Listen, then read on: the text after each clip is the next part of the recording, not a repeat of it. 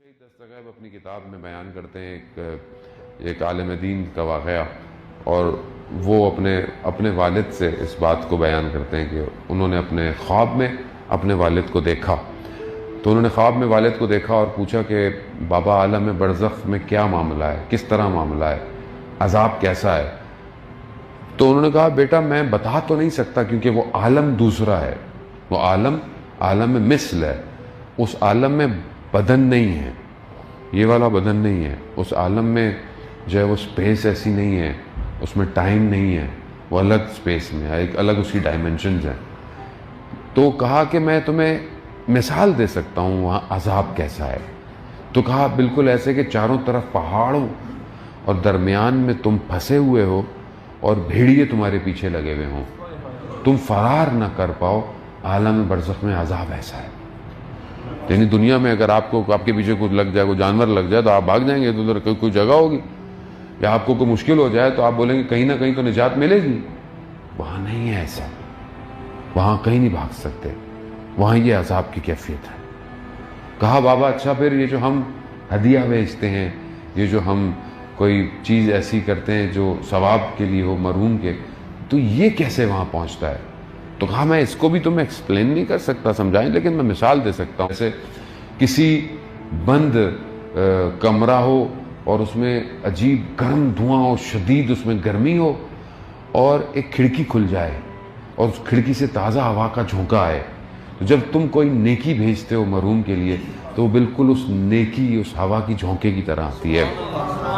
تو ہم اپنے سارے مرحومین کے لیے ایک دفعہ صلوات بھیج دیں،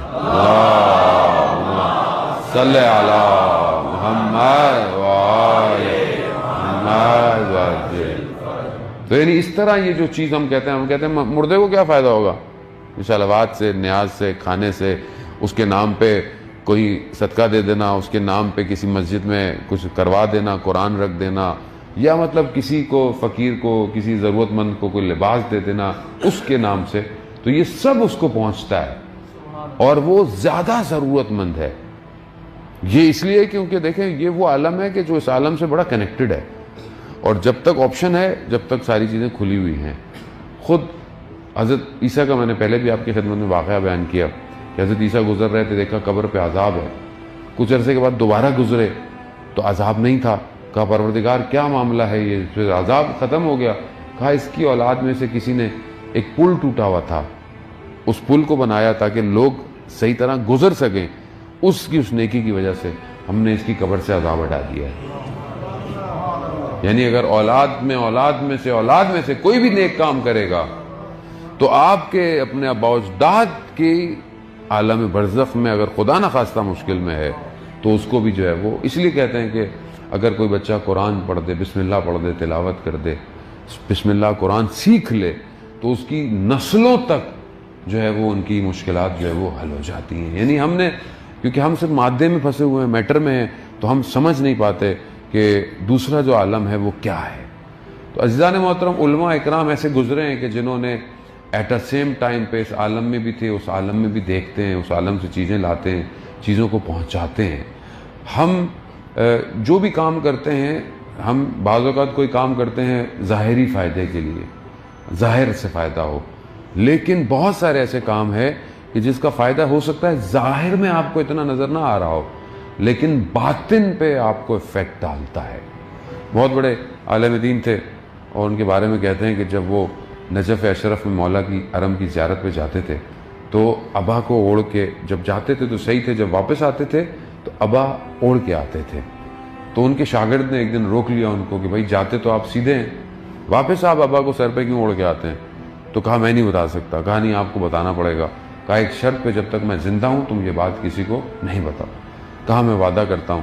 کہا کہ جب میں اندر جاتا ہوں تو مولا عنایت کرتے ہیں، زیارت میں مجھے عنایت کرتے ہیں، تو میری برزخ کی آنکھ کھل جاتی ہے، اور جب میری برزخ کی آنکھ کھل جاتی ہے تو مجھے لوگوں کی اصلی شکلیں نظر آتی ہیں، اور میں اس لیے، اور یہ کیفیت تھوڑی دیر رہتی ہے، تو میں اپنے آپ کو ڈھانک کے اس لیے آتا ہوں کہ میں کسی کو نہ دیکھوں اس کی اصلی شکل، اور بعد میں جب میں اس سے ملوں تو میں اس کو اس کی طرح ملوں کہ اندر کی شکلیں کیسی ہیں۔